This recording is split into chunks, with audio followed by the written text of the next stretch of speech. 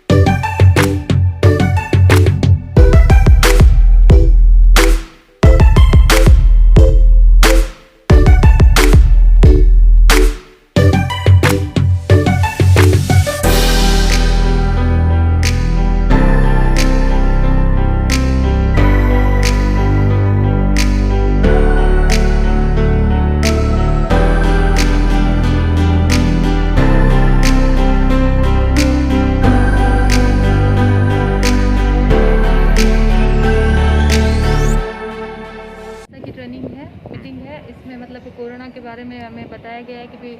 First grade, second grade और third grade आने वाली बच्चों के लिए बच्चों के बारे में बताया गया है, किस तरह बच्चों का ध्यान रखना है। मतलब बहुत ज़रूरी है सब ध्यान रखने में कि भाई सबके घर में होते हैं छोटे बच्चे, मतलब तो हम भी बाहर निकलते हैं, ड्यूटी पे जाते हैं, सर्वे करने जाते हैं, तो हमें अपने बच्चों को भी ध्यान रखना है, दूसरे बच्चों का भी रखना है ऐसा ध्यान, वो सब हमें बताया गया है।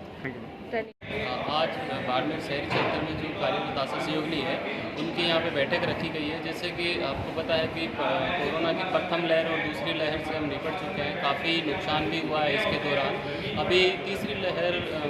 वैज्ञानिकों का कहना है कि तीसरी लहर बहुत ज़्यादा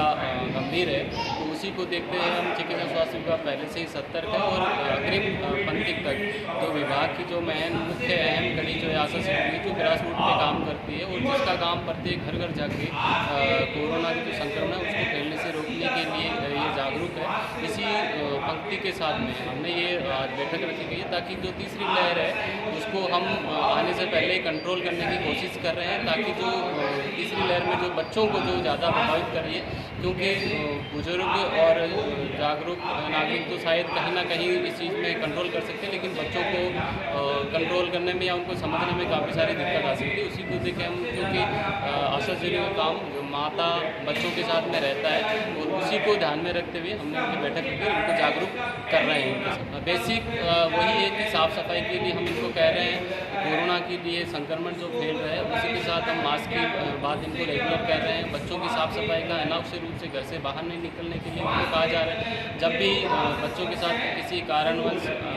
आवश्यक रूप से अगर घर से बाहर जाना चाह रहे हैं तो उसका पूरा शरीर, मुँह बिल्कुल तरीके से कपड़े से ढका हुआ हो, मास्क आवश्यक रूप से मास्क लगाएं। इन सारी चीज़ों के लिए बाहर को कहा जा रहा है। बिल्कुल हमने बेसिक जब दूसरी लहर के दौरान काफ़ी सारी हॉस्पिटलों में भी समस्या आ रही थी बेड की, अभी वर्तमान में ऐसी स्थिति है, लेकिन फिर भी हमने इसी सेकंड लहर में हमने आशा सहयोगिनी को जिला स्वास्थ्य भवन में प्रोनिंग की जो प्रशिक्षण दिया गया था और वो आवश्यक रूप से इन्होंने बहुत अच्छी तरीके से सीखा था और उन्होंने अपने कार्य क्षेत्र में भी जाके जो घरों पे होम आइसोलेशन कर रखे हैं लोग, उनको भी उन्होंने जाके जागरूक किया और निश्चित रूप से उनका फ़ायदा मिला। इसी के साथ बाड़मेर शहर ही नहीं, हमने पूरे जिले में जो आशा सहयोगिनी करीब 2800 आशा सहयोगिनी जो कार्यरत है, जिनको हम जूम एप्लीकेशन के दौरान भी हमने उनको जागरूक किया, क्योंकि ऐसे समय में हमने बैठक सेक्टर लेवल पे बैठक नहीं कर पाए, लेकिन जूम एप्लीकेशन के माध्यम से हमने उनको जागरूक किया और समय समय पर भी हम जूम एप्लीकेशन के माध्यम से इनको जागरूक कर रहे हैं। तीसरी लहर के बारे में भी हम उनको जागरूक कर रहे हैं और जानकारी दे रहे हैं।